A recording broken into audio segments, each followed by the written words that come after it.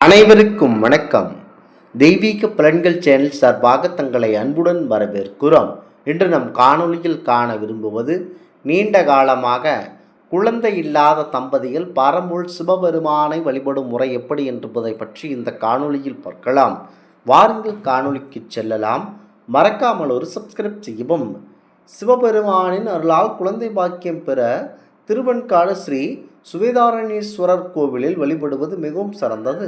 செவ்வாய், கிருத்திகை, சஷ்டி விரதங்கள், வில்வ அர்ச்சனை, திருவெண்காட்டு பதிகம் பாராயணம் செய்வது மற்றும் ராமேஸ்வரம் போன்ற தீர்த்த ஸ்தலங்களில் நீராடி வணங்குதல் மூலம் புத்திர தோஷம் நீங்கி நற்பலன்கள் உங்களுக்கு கிடைக்கும். நவ கிரகங்களில் புதன் ஸ்தலமிக திருவெண்காடு ஸ்வேதாரணீஸ்வரர் கோவிலில் அகோர மூர்த்தியை வழிபடுவது மிகவும் நல்லதாக இருக்கிறது. முக்கியமாக திருஞான சம்பந்தர் அருளிய திருவெண்காட்டு பதிகத்தை கண்காட்டு நூலுதலாம் ஒரு மண்டலம் 48 நாட்கள் பக்தி சிரத்தையுடன் பாராயணம் செய்ய வேண்டும். சிவனிற்கு வில்வ இலைகளால் அர்ச்சனை செய்து வழிபடுவது குழந்தை பாக்கியத்தை அளிக்கும்.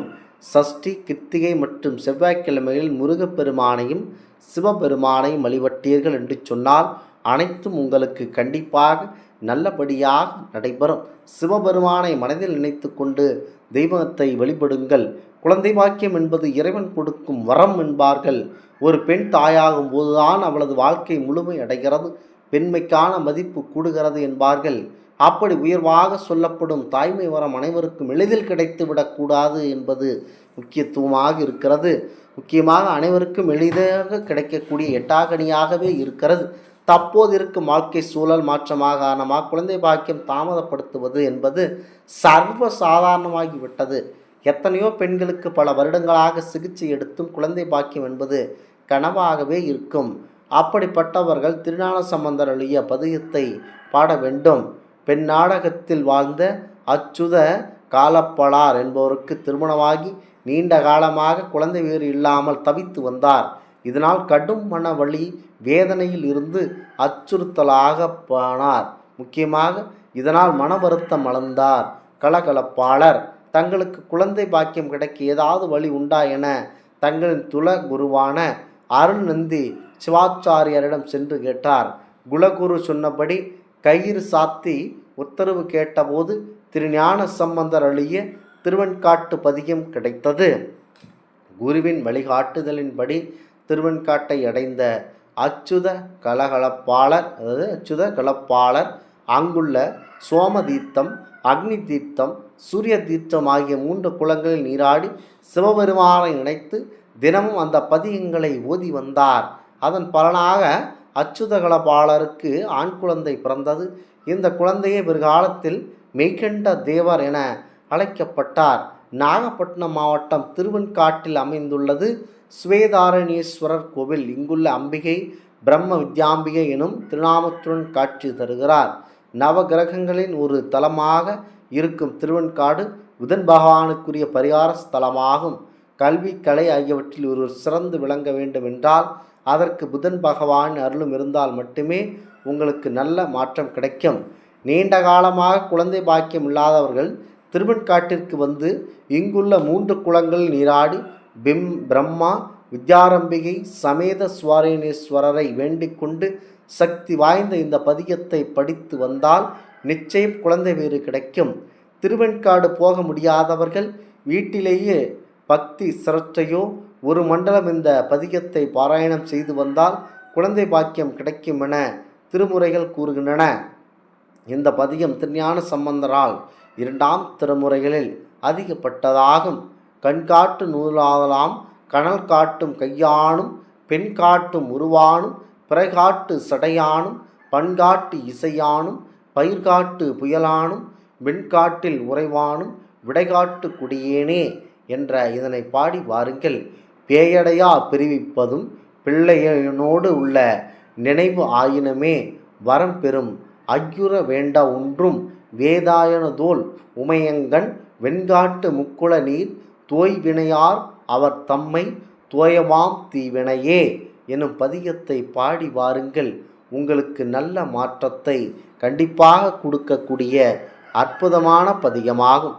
முக்கியமாக சிவனினுடைய அருளால் குழந்தை வரம் தரும் அற்புதமான கோவில்தான் திருவெண்காடு சிவதேரேணீஸ்வரர் கோவிலாகும். இந்த ஆலயத்திற்கு ஒரு முறை வந்து பரம்பொருள் சிவபெருமானை மனதில் நினைத்து வழிபடுங்கள், அனைத்தும் நல்லபடியாக நடைபெறும். குழந்தை வாக்கியம் பெற இயற்கை சூழ்ந்த அழகிய ஊர், 18 கோவில்களும் 18 குளங்களும் 18 தெருக்களும் இங்கு அழகிய கிராமம். பழகிய பெயர் திருப்பேவூளூர். தேவார பாடல் பெற்ற காவிரி தென்கரை தலங்களில் இது 92வது தலம். அழகாக அமைந்துள்ளது இந்த கோவிலாகும். மகப்பேறு உண்டாகாமல் இருப்பதற்கு முன்வினையே காரணம் என கருட புராணம் கூறுகிறது. ஏழை குழந்தைகளுக்கு உடைகள், விளையாட்டு பொருட்கள், நூல்கள் வாங்கி கொடுத்தால் புத்திர பாக்கியம் தானாக உண்டாகும். பாயாசம் செய்து நிவேதான பொருளாக வைத்து கடவுளுக்கு படைத்து குழந்தைகளுக்கு கொடுத்து வந்தால் புத்திர பாக்கியம் உண்டாகும். பூஜை அறையில் ராமர் படம் உடைத்து, அதாவது பூஜை அறையில் ராமர் படம் இருப்பது சிறப்புக்குரியதாகும். ஜாதகத்தில் ராகு தோஷத்தினால் பாதிக்கப்பட்டு புத்திர பாக்கியம் இல்லாத தம்பதியினர் அமாவாசை என்று திருமணஞ்சேரி தலத்திற்கு தாராளமாக செல்ல வேண்டும். இந்த தலத்தில் அருள்பாலிக்கும் ராகு பகவான் முழு உருவத்தோடு இருக்கிறார். மனித உருவில் கவச குண்டலத்தோடு இருக்கிறார் என்பது மிகவும் விசேஷம்.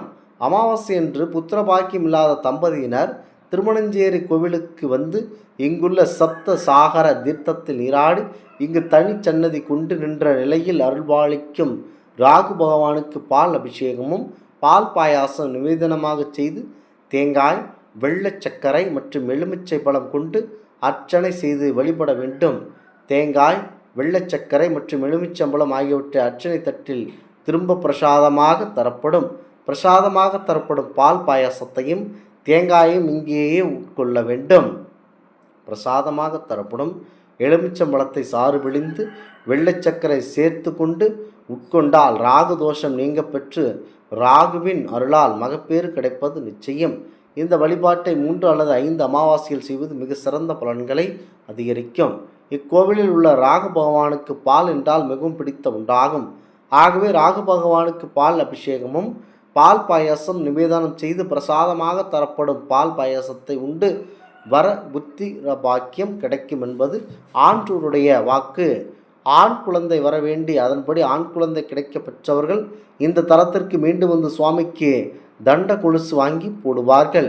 பெண் குழந்தை வர வேண்டி அதுபடி பெண் குழந்தை கிடைக்க பெற்றவர்கள் சுவாமிக்கு கொலுசு வளரி போடுவார்கள். ஆசைக்கு குழந்தை வர வேண்டியவர்கள் ஓசைக்கு மணி வாங்கி கட்ட வேண்டும். விளக்கு போல் பிரகாசிக்க குழந்தை வர வேண்டியவர்கள் விளக்குகள் வாங்கி வைத்து வழிபட வேண்டும். உண்டியல் காணிக்கையும் போட வேண்டும்.